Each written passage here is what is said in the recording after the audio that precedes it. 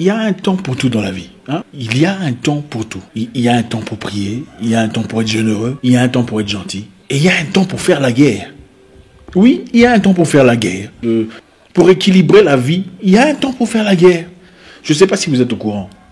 Mais savez-vous que des Africains comme vous, vos frères, vos sœurs, vos cousines peut-être, vos nièces, vos enfants, sont actuellement opprimés, oppressés en Chine? Ils sont accusés de propager le coronavirus. They keep chasing us around. Everywhere we go, we cannot spend up to 3 hours to 2 hours in one place. They will start chasing us around. We don't have house, we don't have food, we don't have anywhere to go.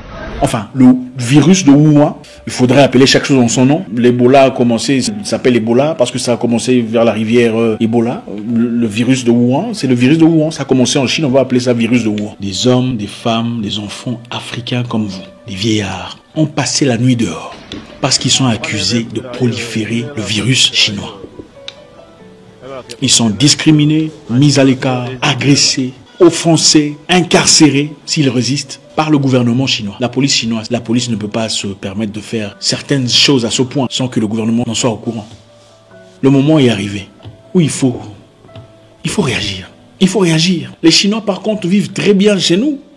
Il y en a qui vivent, on voit dans beaucoup de pays, qui se sont établis comme des gens qui sont acceptés dans nos communautés.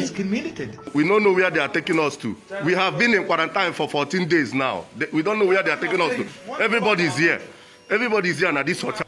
Jusqu'à quand l'Africain sera rejeté, insulté, oppressé, opprimé par tout le monde, sans qu'il ne réagisse, sans qu'il ne dise quelque chose en retour? No, come, we wait. Are not allowed to use, like, to go to the supermarket to buy what we want. We cannot use the hotels. When we go there, after checking your passport, they call the police, and what the police tells you is, please go away. Some of our friends have been thrown out of the houses they've been renting with no reason, not anything. The landlord just comes one morning and tells you, please make sure that today you leave my house.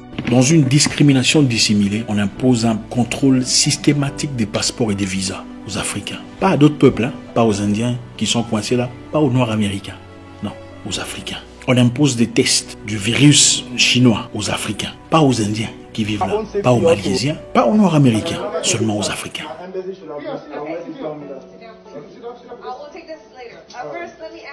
Au moment où je vous parle, les hôtels en Chine chassent les Africains comme des gens méprisables, de la racaille, la vermine, insupportable. À croire qu'il y a à peine quelques semaines, en guise de solidarité, de générosité, d'amitié, le Kenya a laissé un avion atterrir venant de Chine avec 250 passagers chinois à qui il a été demandé d'être mis en quarantaine par eux-mêmes, sans supervision.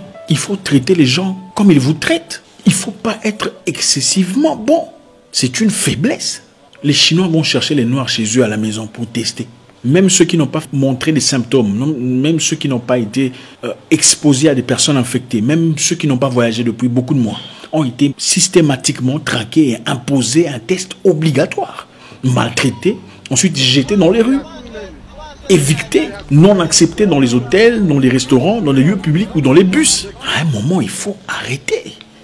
Écoutez, les Africains ne font pas en Chine ce que les Chinois font en Afrique. 50 000 prospecteurs illégaux, c'est-à-dire exploitateurs miniers illégaux au Ghana, sont chinois. 50 000. Quel Africain oserait faire ça en Chine? Sur quelle base? Donc vous venez chez les gens, ils vous accueillent. Vous restez quelquefois sans visa, sans difficulté, sans problème. En tout cas, les Africains généralement n'ont pas des problèmes de xénophobie, en tout cas pas comme ailleurs. Et puis après, vous vous dites, bon, ça va, je suis chez moi. Désormais, je vais aller chercher de l'or. Okay. De l'autre côté, il y a un village, il y a de l'or, je veux me servir. Et ensuite, envoyer de l'argent en Chine. L'argent ne circule pas au Ghana, mais l'argent est transféré en Chine. Une transfusion monétaire ou financière à leur famille, pendant que nos frères sont maltraités chez eux. Accusés de puanteurs, traités comme de l'ordure.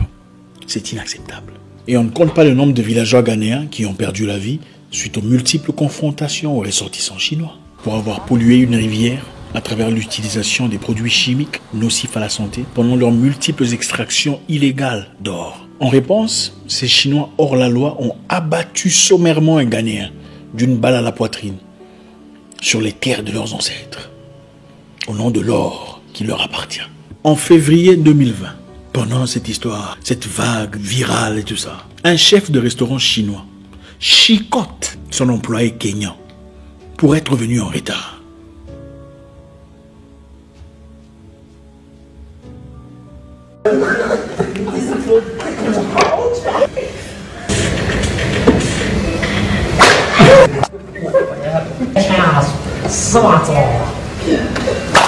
Comment voulez-vous qu'on nous respecte? Comment voulez-vous qu'on nous respecte si on ne réagit pas à chaque fois qu'on nous fait du mal? Si on bat votre femme, vous ne réagirez pas parce que vous avez peur. Si on tape sur votre enfant, le cadet ou la cadette, vous dites qu'on vous tape aussi parce que vous êtes croyant. Qu'on prenne aussi votre mère par la même occasion. Et votre père, s'il est vivant, qu'on le chicote aussi. Jusqu'à quand on va être le sac de frappe de tout le monde? Jusqu'à quand on va autoriser ça? Jusqu'à quand serons-nous spectateurs, pleurnicheurs, chialeurs? Quand est-ce qu'on va réagir? Quand est-ce qu'on va réclamer notre droit d'humain, droit au respect et à la considération? Quand un Chinois fait des dégâts en Afrique, il n'a pas peur. Parce qu'il sait que vous n'allez rien faire. Regardez leur visage, ils se marrent. C'est triste, mes frères. C'est triste. J'ai récemment suivi une vidéo où un monsieur disait « Les Africains n'ont pas d'honneur. Hein, ils sont descendants des Caïens. Ils ne servent à rien. Ils ne réagissent pas. Ils n'ont pas d'union. Ils n'ont pas de force mentale. » Tu peux violer sa mère. Il dira que c'est la volonté de Dieu. Tu peux battre son père. Il dira que la volonté de Dieu soit faite. C'est comme ça qu'ils sont.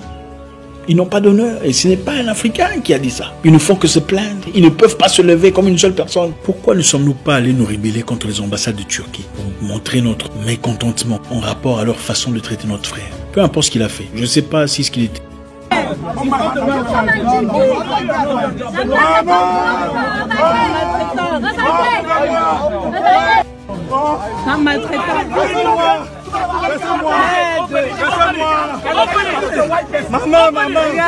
L'égalité, peu importe. Même quand on est dans l'illégalité, on ne traite pas un Américain comme ça. On ne traite pas un Français ou un Canadien n'importe comment. Vous ne traiterez certainement pas un Turc comme ça chez vous, sans que la Turquie ne réagisse. Ou son peuple. Nous sommes trop bons, trop bonbons. Seulement avec les étrangers. Il est temps de réajuster, de recalibrer notre façon de percevoir le monde. Les gens ne nous aiment pas. Comme le gars là disait, il n'est pas africain. Il a dit les Africains sont descendants des Caïens. C'est comme le dit les Écritures, on a placé une marque sur son visage. Partout où il passe, on le reconnaît. C'est ce que nous vivons. Je ne suis pas en train de confirmer ce qu'il dit. Mais d'après lui, partout où on passe, on nous connaît. On ne veut pas de nous, on ne veut pas de nos femmes. Elles sont moches, elles ont des trucs sur la tête. C'est comme ça que le monde nous perçoit. En Chine, on nous maltraite. En Inde, on nous tabasse. Au Liban, on nous tue. Aux États-Unis, on nous refoule. D'ailleurs, parlons des États-Unis. Les États-Unis ont commencé un programme intéressant où il fallait rapatrier les ressortissants américains du Nigeria. Ils ont envoyé un avion et un groupe de personnes pour aller récupérer les Américains coincés au Nigeria pendant cette période de pandémie. De manière très intéressante, 7000 Nigérians se sont présentés avec leur passeport américain. Ouais, 7000 Nigérians naturalisés américains ou ayant un titre de séjour à long terme, green card et tout ça.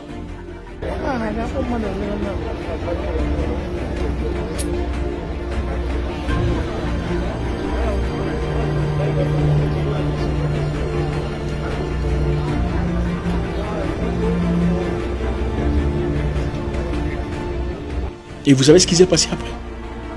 On a changé d'avis. Ils ont directement annulé l'histoire. Voilà, on a annulé l'histoire. Parce qu'il y avait 7000 Nigérians américains. Il y avait plus des Nigérians américains que des Américains américains. Alors on a annulé carrément l'histoire. Maintenant, on vient récupérer des gens sporadiquement. C'est-à-dire, on vient, celui-là est malade, il doit rentrer d'urgence. On le récupère. Il est temps de se réveiller, frère. Il est temps de regarder les choses en face. Il y a aujourd'hui 1 million de Chinois vivant sur les terres africaines. Beaucoup sans passeport, sans visa, sans légalité. Beaucoup sont traités comme des rois, comme des boss, comme des patrons, comme des chefs. Beaucoup se permettent de chicoter nos frères sur leur terre.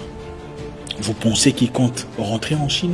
De 2010 à 2013, la Chine a offert un financement conséquent à l'île de Tonga. Après quelques temps d'opération, après qu'ils aient été incapables de rembourser l'argent, on leur a demandé 44% de leur PIB. Vous pensez que la Chine est en Afrique par générosité, par gentillesse, parce qu'on aime les petits noirs? Je ne demande à personne d'aller tuer un Chinois ou d'aller maltraiter un Libanais ou un Indien. Je demande à ce que nous apprenions à nous faire respecter, à traiter les autres avec réciprocité, avec égalité, avec cohérence d'esprit, sans émotion, sans sentiment. Personne n'est plus important que personne. Nous sommes tous égaux Mais pour faire respecter cette loi, il faut commencer à se comporter en égaux.